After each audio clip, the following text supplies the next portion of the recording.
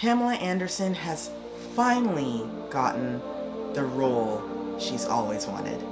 Let's talk about The Last Showgirl. Hi! I'm Garcia. I'm Kelly. And we are the HerCastleGirls. Hi there. If you like videos about entertainment, pop culture, fashion, lifestyle, this is the channel for you. You go ahead and you click on that subscribe button. Welcome to the family. Welcome and hello.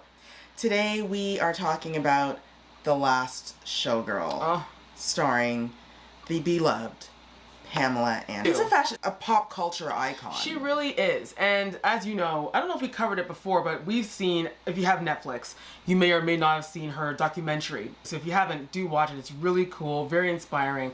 And it's funny because you think you know someone, but then after watching that documentary, you learn so much about her and how candid she was and how real she was in that documentary.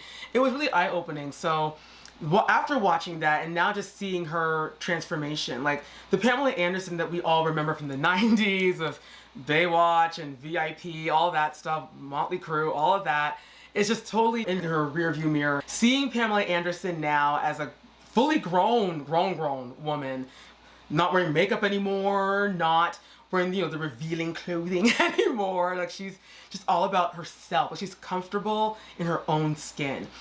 And I think that that's what every woman one day wants to achieve at any age. I think there's a beauty in her not subscribe to what Hollywood wanted for her. Yeah. And she's enjoying her life now in the country parts of Vancouver.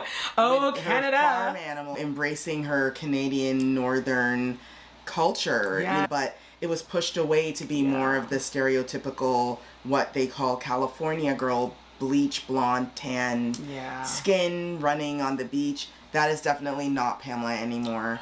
And with age, she's picked up on this wisdom that's allowed her to get this role of a film that I think is very important, especially for now with the topic of ageism. Yeah. And what is the purpose of a woman after she is done raising kids or done taking care of her husband or done taking care of everybody else? Is she still valuable? And this film kind of hits a bit on that.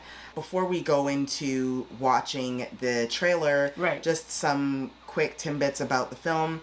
So a seasoned showgirl must plan for her future when her show abruptly closes after a 30-year run. Ooh. So Pamela's character has to figure out what she's going to do with her life. Some of the things that you need to know about this film, other than that, yes, you can check it out in theaters right now. It is up for many of awards this award season.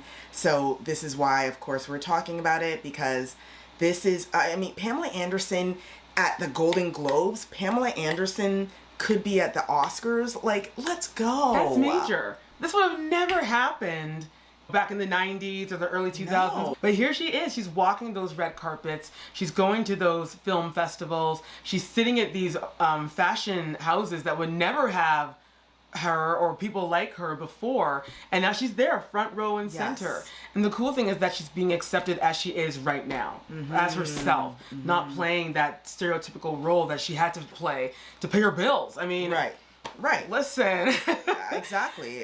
Some things you gotta do just to pay the bills. And she paid her dues, and she's just like, look, this is me. This is me. And The Last Showgirl, I think, it's the perfect role for her. As soon as you hear what the film's about, you're like, oh yeah, Pamela Anderson knows what that's about. Yes. Pamela Anderson knows how to rise from the ashes. Oh gosh, yeah. And the director of this film was a woman, which I think is really... important. Yes. Very important. It's very important that a woman directed this flick. It's hella needed. Like, it's... Yes, we know, men have directed women films before. I know they don't call them chick flicks, but men have directed women films before. But there's some roles, there's some stories that need to be shown through the eyes of an actual woman. I agree. Instead of being shown by a man. Because of course they're not thinking the way how a woman thinks. So the way how Gia, I'm excited to see it because she's looking at it, we're looking through her eyes as a woman. Exactly. Which is important because that's how you see the certain ways how she films the stress on Pamela's face, learning that, you know, her time is coming up. for this show. It's been on for 30 years. Like, how many of us have been through a phase where you're doing something repeatedly and then you get dropped this bomb that, hey, so-and-so, listen, our company is closing down after 10 years. Yeah. And you've wrapped yourself into this. And in life, this could be a marriage, kids being at home, a job, like anything where it's like, well, time's up. We're no longer doing this anymore. The kids are moving out. Your husband is leaving you. The job is no longer there. You're being laid off. How do you rise from that? Oh my goodness. And that's what this film is about. Yeah. Gia Coppola is the director. Yes. Which we all know the Coppolas. That's a very famous family. Very. If you were ever a fan of The Godfather, and if you're not, I'd like to know why. You know her grandfather. Come on now. And, you know, if you are a fan of Priscilla, that was directed by her aunt. Mm-hmm. Yeah, and Sophia has a slew of films that she has directed, really good films. So she's also an acclaimed director as much as her father, Francis Ford Coppola. That's a string of amazing filmmakers, and Gia is responsible for this one. We are excited to see this trailer, and of course you should try to see this film. It's in selected theaters. What we will do now is we will watch the trailer and chat about it.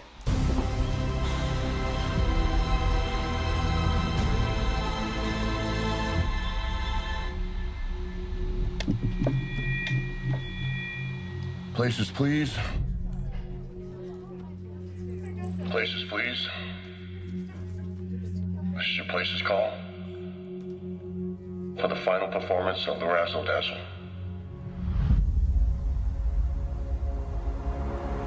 I mean, Las Vegas used to treat us like movie stars. These costumes, sets. We were ambassadors for style and grace.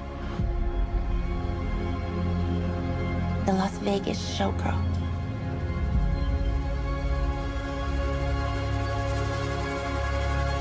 The iconic American showgirl.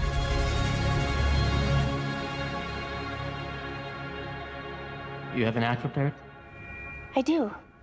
I'm a dancer. Music? Yeah. I gave it to the maestro. Hold your cards close. Feeling seen. Feeling beautiful. That is powerful. And I can't imagine my life without it.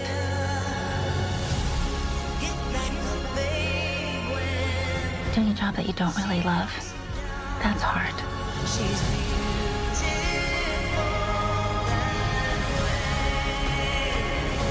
And that was The Last Showgirl. Also want to give a shout out to Jamie Lee Curtis, who is also in this film. And also I think understands this theme of aging in Hollywood, in show business, which is what this film is all about. It's funny because you were raised that you get your job or you get your ish together and everything will be fine. Everything is secure, everything is solid, you don't have to worry there won't be any failure in whatever path you take.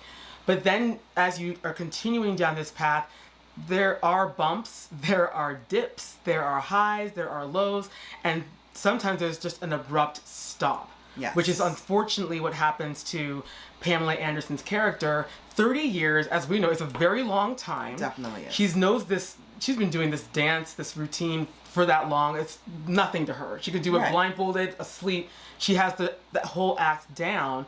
And now she's being faced with this reality that so many women have to face. What am I going to do after the curtain finally, that's the last final curtain. Call. Yeah, like what does a woman do? What does a person do? But I say it's more towards women because we're told get married. And you've got to do it within a time restraint, right? Yes. Yeah, everything is time restrained for us. Everything needs to be done before 40 or else you're Here comes the curse. It's like, what? It's interesting. It is. And with Hollywood, there's so, as you all may or may not have known, Demi Moore just winning her first Her first Golden Golden Globe. Globe. I think her first award for acting. For acting, period. Period. How long has Demi Moore been acting for? And she's 62, 61, 62. 61, yeah. And she just got her award. And just she got her was flowers a part now. of the Brat Pack in the Yes. 80s. Just to give you some context as to how long she's been doing this. She was in St. Elmo's Fire.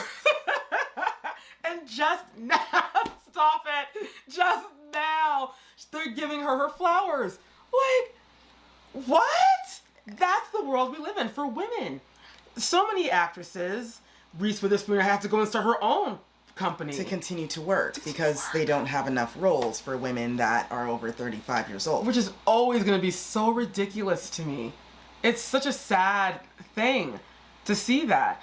And it's beautiful to know that there are other production houses like Netflix and Apple. And writers. Yes. Because the writer here for this film, she's a female. Yes. If women write stories about their experience or about being women, Right. then we will be able to cast women that are in their 50s and 60s and show them in a true and real light. Exactly. Like, it's no matter how much technology is in the world, no matter how far everyone is saying that we're ahead, They should have the right to live towards whatever their dream is. Exactly. And if you don't learn, or if you don't take away anything else from us for this film, remember this. You need to have a backup plan. Because looking at Pamela Anderson's character's face, she did not have a backup plan. Who would? Yeah, you see In the her worry in her face. You That see first the shot of her. anxiety, that Yeah. first shot. She's like, well, I'm going to go do this, but I have no idea what I'm going to do tomorrow. Like, when I wake up tomorrow and this show no longer exists, Right. where am I going? Right. Who's paying my bills? Girl. And this film gets you to think about that. It gets you to think about how resilient you truly are and what you can do to make sure that, hey, when someone says, hey, this is over, you're like, that's cool, I'm resilient. I'm going to go over here and do this now. Exactly. Because you have a backup plan. Whatever that plan is, make sure it's backed up. Yeah. And this film gives us that vibe in the most beautiful and artistic way. It does. I just love the way how it's filmed as well. Like, I just feel like... There's like a strange... Yeah. Like, I don't know if it's a filter. But even like, it's like it's an IG filter or a TikTok I doubt filter. it. Whatever it is. It has this kind of old... It's giving like an aged Yeah, like of, an old school sort of situation. I love that it takes place in Las Vegas. One of our favorite cities. Yes, We don't one of our gamble, favorite but- cities. And Las Vegas has that, it's a very old city, you know, It is. it has such a strong history. Yeah. You could name drop all day on how many people have been in Las Vegas who made careers in Las Vegas. Yeah. And then we have this one showgirl who made a whole life out of living within that Las Vegas culture. Yes. And then they're like, okay, your time's done, you're old now, spitting you out. Yeah. That it's like poof, that's it, gone. The dream is over, the ride is done. Yeah. Carry on as you were. But how can a person carry on when this is all they've known? Even when she was talking about, because we've seen documentaries on Las Vegas, like the history of Las Vegas, yes, showgirls were literally like what Taylor Swift is today. Right. They were like, they were famous. Famous. They would fly them all over the world just to even do their dances in different countries, like in Paris and Germany. Like, people would flock to Vegas, not only to gamble, but just to see the showgirls, because their costumes and their dances. Bigger than life. Larger than life. If you go to Vegas today, they have showgirls there, but it's nothing like what it was back in the day. Pamela Anderson's character knows that life, where it was like, yeah, I am a celebrity. Yeah. I am living this great life. I got my condo. I don't know if she had a condo, but I got my life. I got my house, got my condo, got my man. She's got her life. She got her life. And then just like that, it's like someone just snatches those 30 years away from you. And you're left in the cold now with your Walkman, because she had a Walkman on. I don't know what she was dancing or singing to, but we'll find out later. She's there spinning, and it's like, I would spin too. What the hell am I going to do after 30 years of being a showgirl? Yeah, it's... Y'all tell me. It is truly, I think, a very eye-opening. I wouldn't be surprised if watching this film, you can't help but relate to this character and say, well, what am I going to do when I've done my 30-year run of whatever? Like, what am I going to do? Pamela, I'd love to see her get an award. Oh, that would be get some recognition. That'd be major. She's lived quite the life, and I'm so excited for her. This shows us never give up. Never give up. Her and Demi Moore. Just because you didn't get it at the age of 30, you didn't get it at the age of 40, maybe you didn't get it at the age of 50 or 60, but 70 could be your year. You never know. I mean, that's the cool thing with life. Just because it happens early for some, your time is coming, but don't give up on it. Right, just stay and be consistent, right? Stay and be consistent. And always have a backup plan. And don't say OnlyFans. Yes, I know that's a backup plan for some. I'm very excited for Pam's career. I think it's beautiful how she's turned her entire brand around. Like she's doing things with Aritzia. She has this newsletter. Newsletter that she sends out, I think, once a week. It was just really inspiring quotes and encouraging things that I think the world really needs right now. Yeah. So it'll be cool to see how her 2025 unfolds. Now, if you like videos like these about entertainment, pop culture, fashion, lifestyle, then be sure to go ahead and subscribe to our channel. We would love to have you join the family. Thank you all for watching. We really do appreciate your attention to our videos. Thank you so much, everyone, and we will see you in the next one. Bye!